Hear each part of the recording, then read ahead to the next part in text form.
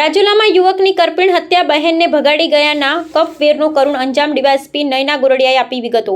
રાજુલા અમરેલી જિલ્લાના રાજુલામાં જૂની અદાવતમાં એક યુવકની ઘાતકી હત્યા કરવામાં આવતા સમગ્ર પંથકમાં ચકચાર મચી ગઈ છે। આ મામલે ડીવાયએસપી નયના ગોરડિયાએ સત્તાવાર વિગતો આપતા જણાવ્યું હતું કે ગત તારીખ 21/4/2026ના રોજ રાજુલા પોલીસ સ્ટેશનમાં ભારતીય ન્યાય સંહિતા 2023ની કલમ 113(1), 115(2), 352, 54 અને જીપી એક્ટની કલમ 153 હેઠળ ગુનો દાખલ કરવામાં આવ્યો છે।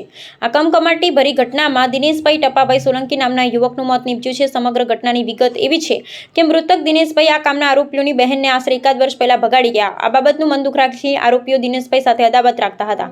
ગત તારીખ 18મીના રોજ દિનેશભાઈ મોરબીથી ભાક્ષી ગામે આવ્યા હતા, જેની જાણ આરોપીઓને થતા તેઓ રાત્રિના 9 વાગ્યાના અરસામાં દિનેશભાઈ પાસે પહોંચ્યા હતા।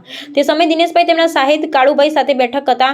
આરોપીઓ દિનેશભાઈને ત્યાંથી 100 મીટર દૂર વાડીના કચ્ચા રસ્તે લઈ ગયા હતા અને ત્યાં પટ્ટા તથા રાંઢવા દોરડા વડે આડેધડ માર મારી ગંભીર ઈજાઓ પહોંચાડી હતી। ઈજાગ્રસ્ત દિનેશભાઈને તાત્કાલિક 108 એમ્બ્યુલન્સ મારફતે રાજુલાની સરકારી હોસ્પિટલમાં સારવાર અર્થે ખસેડવામાં આવ્યા, પરંતુ સારવાર દરમિયાન 2 દિવસ બાદ તેમનું મૃત્યુ નીપજ્યું। આ ઘટના બાદ રાજુલા પોલીસે કડક કાર્યવાહી હાથ ધરી। ડીવાયએસપી નયના ગોરડિયાએ વધુમાં જણાવ્યું હતું કે આ ગુનામાં સામેલ 3 આરોપીઓની પોલીસ દ્વારા ધરપકડ કરી લેવામાં આવી છે અને હાલ આ કેસની વધુ તપાસ રાજુલા પોલીસ સ્ટેશનના SHO દ્વારા ચલાવવામાં આવી રહી છે। રિપોર્ટર ફારૂક બિલખિયા, અમરેલી। રાજુલા પોલીસ સ્ટેશનની અંદર ગઈકાલ તારીખ 21/4/2026ના રોજ એક ગુનો દાખલ થયો છે કે જેની અંદર ભારતીય ન્યાય સંહિતા 2023ની કલમ 103(1), 115(2), 352, 54 તથા જીપી એક્ટની 135 મુજબનો એક ગુનો દાખલ થયો છે કે જેની અંદર આ ગુનાની હકીકત એવી છે કે આ ગુનાના કામના જે મરણ જનાર છે, જેનું નામ છે દિનેશભાઈ ટપાભાઈ સોલંકી, જેમણે આ ગુનાના કામના જે આરોપીઓ છે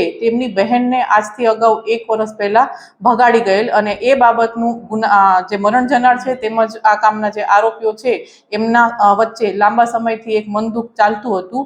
તો અહીંયા તારીખ 18ના રોજ જે મરણ જનાર જે દિનેશભાઈ છે એ મોરબી મુકામથી ભાક્ષી ગામે આવેલ જે બાબતનું ધ્યાન રાખી આ કામના જે આરોપીઓ છે એ આ કામના જે સાહિદ કાળુભાઈ જે છે જેની સાથે આ દિનેશભાઈ બેઠા હતા, તે દરમિયાન રાત્રિના આશરે 9-9:30 વાગે આ ગુનાના કામના જે આરોપીઓ છે ત્યાં જાય છે અને આ દિનેશભાઈને પોતાની સાથે લઈ જઈ ત્યાંથી આશરે 100 મીટર દૂર વાડીના કાચા રસ્તે પોતાના પટ્ટા તેમજ રાંઢવા વડે ખૂબ જ માર મારે છે અને ખૂબ જ જીવલેણ ઈજાઓ પહોંચાડે છે।